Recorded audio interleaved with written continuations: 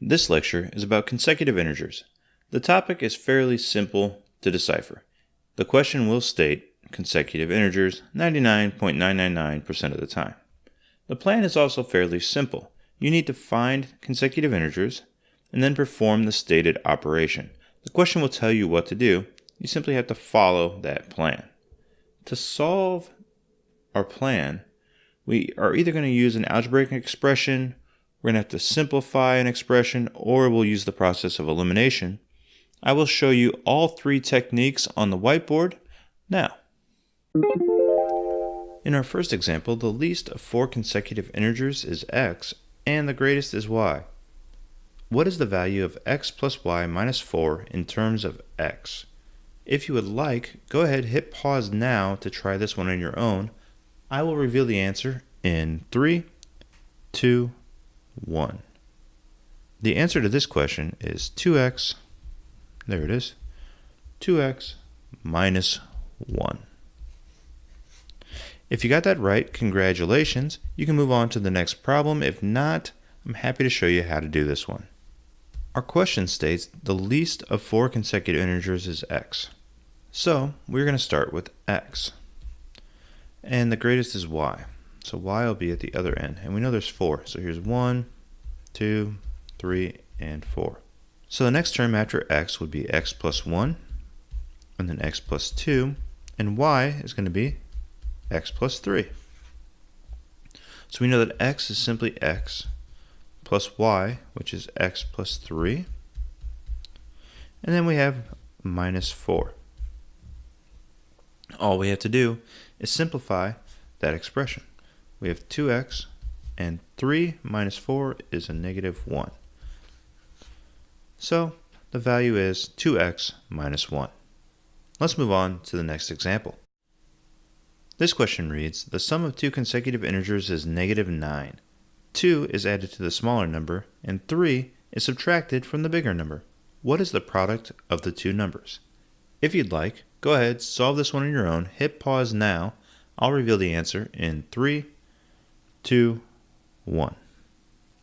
The answer to this question is positive 21. If you got that, fantastic. Move on to the third problem. If not, we'll do it together now. So the sum of two consecutive integers is negative 9. So what two numbers that are connected will equal negative 9? The way I like to find consecutive integers is to just take our number, which will be an odd number every time, divide it by 2, and we're going to end up with 4.5.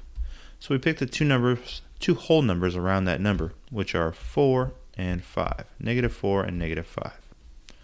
So we found our integers, and we want to say 2 is added to the smaller number. Okay, which number is smaller, negative 4 or negative 5? Well, negative 5 is actually the smaller number because it's more negative. So we are going to do what? Add 2. And then to the bigger number, which is negative 4, we're going to subtract 3.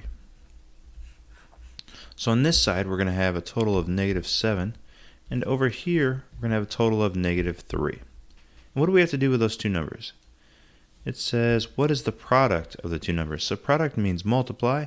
We simply multiply negative 7 times negative 3. We get 21.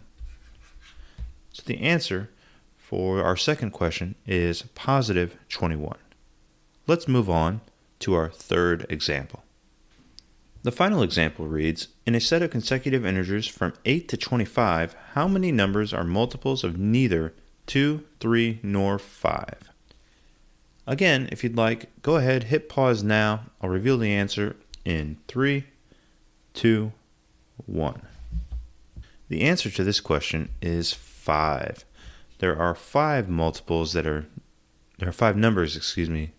that are not multiples of 2, 3, or 5. If you got that, you are ready for our assignment and quiz. If not, let's do it together and figure this one out. Here we go. So our set of integers consists of all the numbers from 8 to 25. What I'd like you to do now is just go ahead and hit pause and write out the numbers from 8 to 25 because it can be a little bit difficult to do in your head. I'm going to do the same thing. There you have it. That is our set of consecutive integers from 8 to 25. Now what operation do we have to do? It says how many numbers are multiples of neither 2, 3, or 5. So that means if it's a multiple of 2, 3, or 5, we have to exclude it. So let's go ahead and start crossing out some numbers. So 8 is a multiple of 2, so that's out. 9 is a multiple of 3, 10 is a multiple of 2, 11, that's good. 12 is a multiple of 2 and 3, 13 is good, 14 is a multiple of 2, 15 is a multiple of 5, 16 is a multiple of 2, 17 is good, 18 is a multiple of 2, 19 is good, 20 is a multiple of 2, 21 is 3, 22 is 2, 23 is good, 24 is 2, and 25 is 5. Let's go back and confirm that the numbers we have left over are good. 11. Nope. You can't divide it by 2, 3, or 5. 13 is the same. 17, still good. 19, still good. And 23. Those all happen to be prime numbers. So if you noticed that your answer was going to be all primes, you could have done this problem a lot more quickly. But we found the answer either way. So how many numbers are there? 1, 2, 3, 4, and 5. So our answer is 5. I hope that makes sense.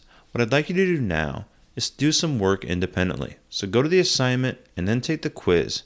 That way you'll really bolster your understanding of consecutive integers. I'll see you back here for the next lecture. Bye.